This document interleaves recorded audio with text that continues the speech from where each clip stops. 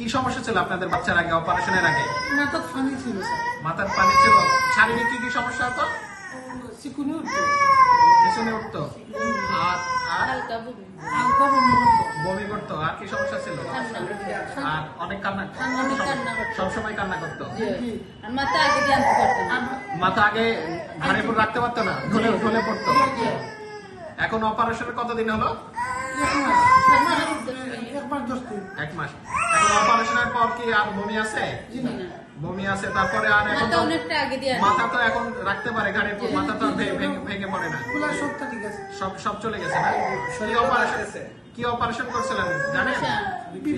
ভিভিশন। তাহলে অপারেশন করে আল্লাহর রহমতে ভালো আছে, কোনো সমস্যা নেই।